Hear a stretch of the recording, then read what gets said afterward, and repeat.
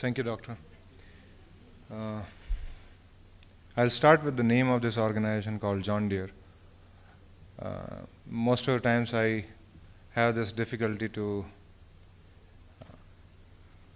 with polite way, to correct people that this is not Deere, this is Deere. This is the surname of John Deere, who started this company in 1837. The last E is silent.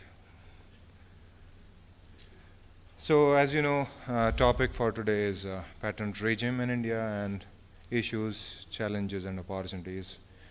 But these are my personal views, not from my organization. This is just a disclaimer.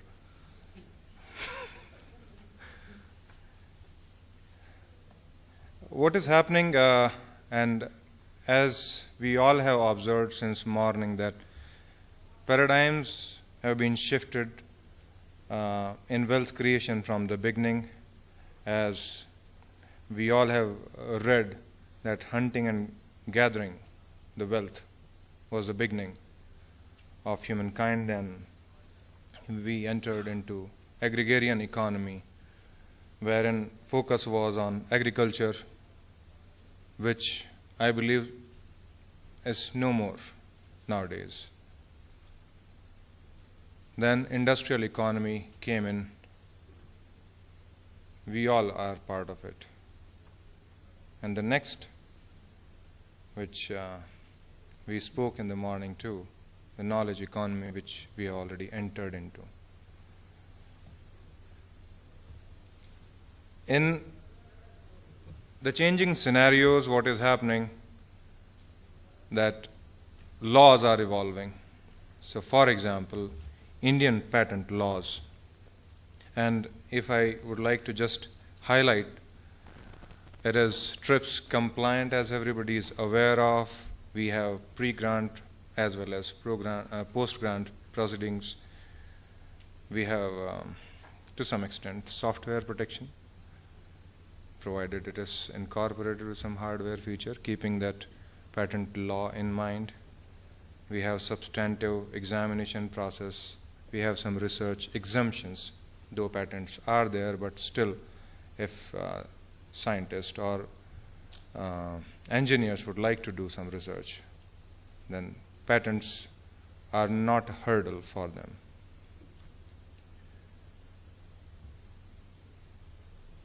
To start with the issues,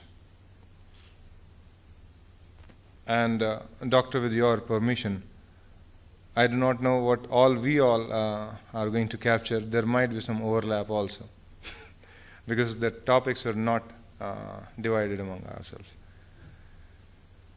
So, the issues part, I have divided into 4, wherein the state of the system as on date, then what are the scope of patentable technologies. I'll just touch base by one slide, then quality and timeliness, the issue, what we feel, and then are we there in terms of think tank, whereas IP policies are concerned. And when I'm saying IP policies, I'm specifically referring here to patents. So as the state of the system today in India, size of patent community, it's like 1,626 patent agents we have in India versus 39,852. These are the figures I've taken from the net, so I assume that these are correct. What is happening, that size of patent community in India is not growing with regard to the economy is growing in India. We are talking about our laws versus laws in the US. We are talking about globalization, but there's a demand existing.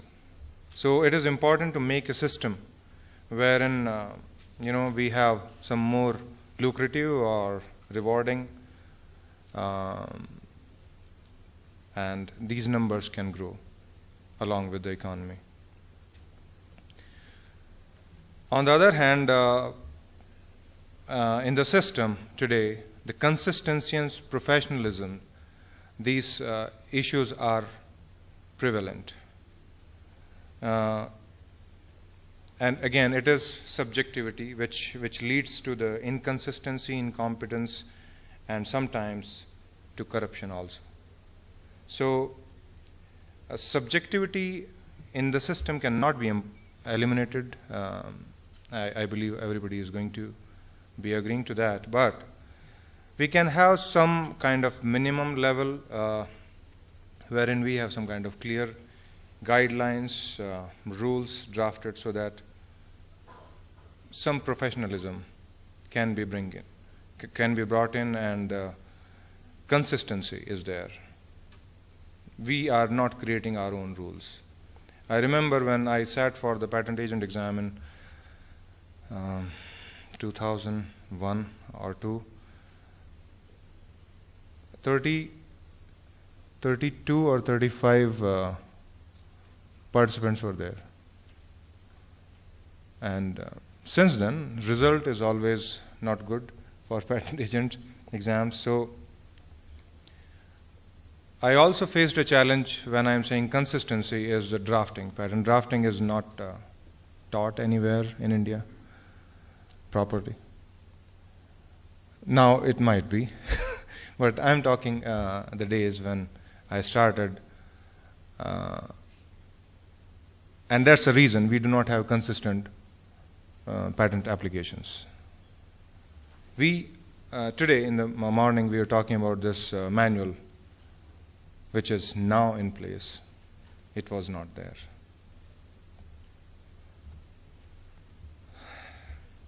Then with regard to scope of patentable technologies, we talked about business method patents and the scope of the same. I would talk about software per se, which is not patentable.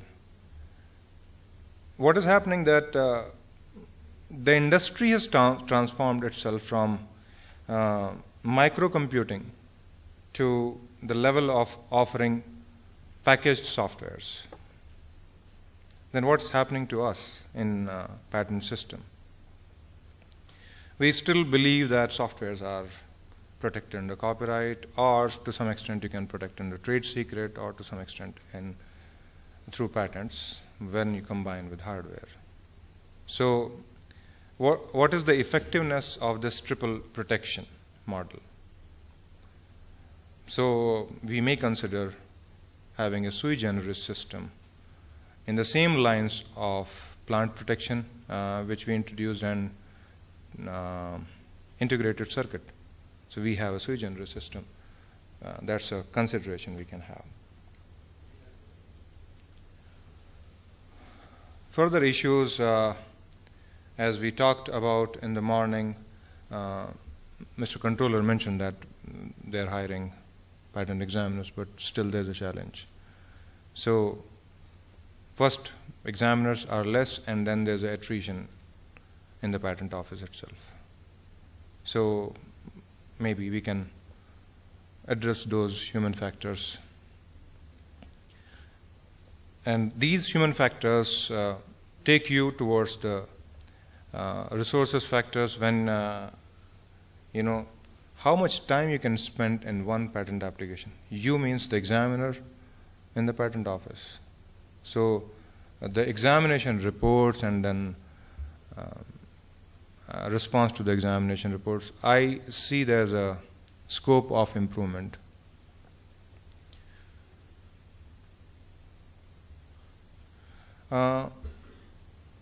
IP policy think tank. This is something which I personally feel that there's some kind of lack of advisory or advisors, which is completely or permanently sponsored or supported by the government to create strong IP policies for the country. And IP means, again, I'm emphasizing on patents right now. So we may consider that. Moving towards the challenges aspect of the Indian patent regime. Again, the slides are in terms of improving public awareness, which is a challenge I see. I still see a lot of people do not have the capability to understand or differentiate between all the IPs. The terms are used interchangeably a lot, even in the organizations like John Deere. Then I would be talking on PPP model and then confidence building among various stakeholders we can consider, and then how we can internationalize the research processes. So first of all, we need to change the mindset or the perception wherein approach of filing patent applications within the organization should be strategic and not defensive. So that is a transformation we need to bring in. At the same time, our research institutes, barring few in India, there are a lot of research institutes wherein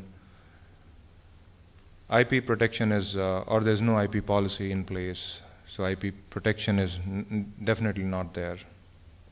So that transformation is required to be brought in. Then we may also consider running some kind of technology management units, which can be considered making a kind of profit center. That again, at the level of those institutions, and I would like to, correlate or connect it with the agrarian economy again, which we are not concentrating much.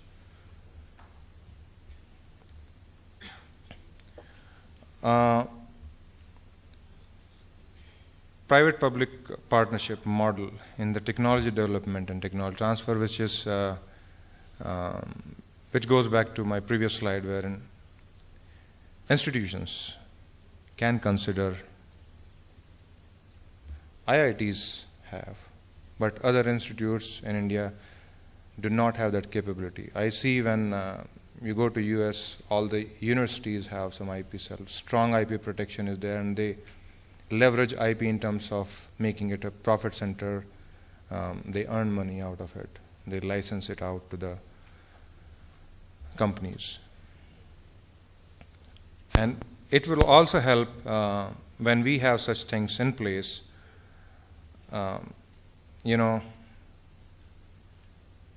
we would be able to avoid reinventing the wheel. So we can consider a single window framework wherein public organizations and private organizations can deal with each other without any kind of barriers.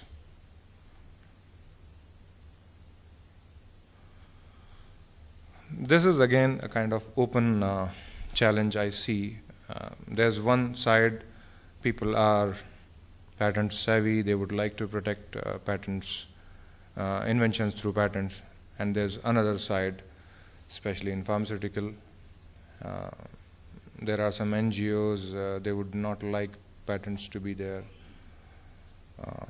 or they would always call for, this is not good for the public at large. So we can have some kind of middle ground wherein both the groups can come together. So in a sense, some kind of balance is required to be created. Internationalization of research process. As I said, in the developed economies, these things are not required to be taught. We are required to be taught at every level. Even we can consider at the school levels also, IP education. IP education at the college level is not much, so I'm of the view that it might go down further to the school levels too. So integration of, or better integration into the global economy calls for a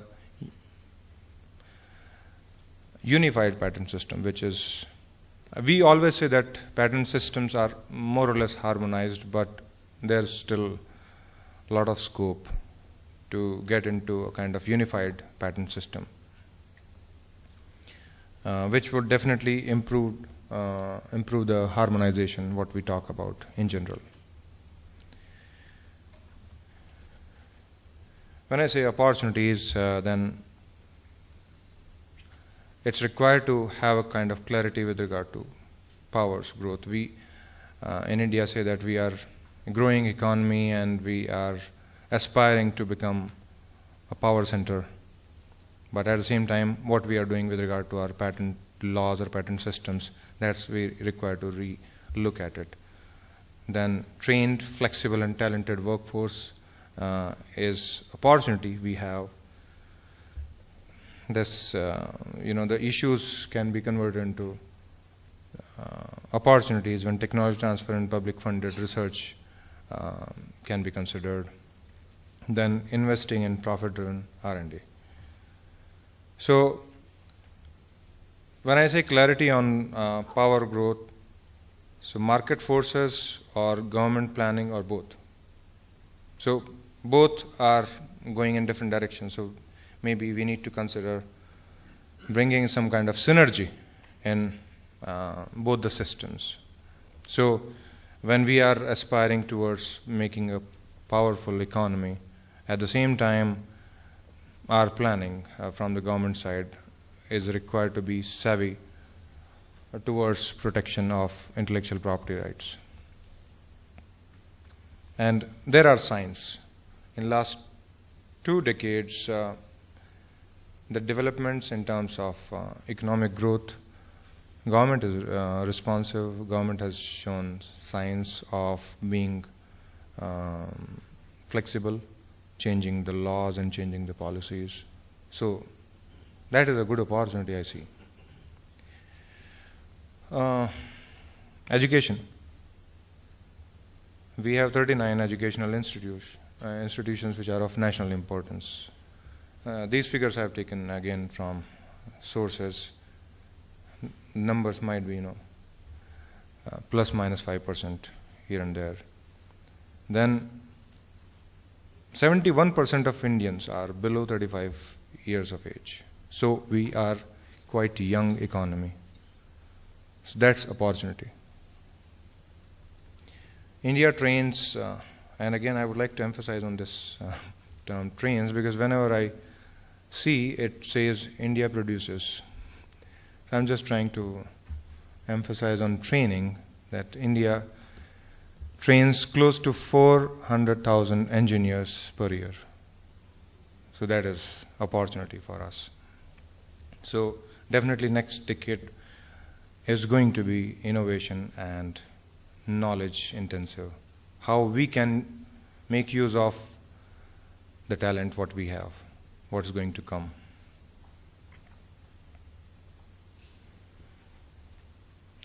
We have in place a bill which is Indian bid all, and wherein the inventors would be recognized. Like I do not know to what extent it would be at the final stage, but Germany has very interesting inventors law. I don't think that we would ever be having such kind of law, but maybe to some extent inventors are recognized. Inventors are not filing patent because organizations have asked them to file, or as in the morning one of the speakers mentioned that you mention co-inventor, your boss, because that's a practice. So that's not a good recognition. Then some philosophies. Instead of red ocean as a term which is quite a lot used in business parlance, wherein it's already a crowded field. So opportunity wise, we have the opportunity to swim in blue ocean. So we can create own niche, new areas of technology. So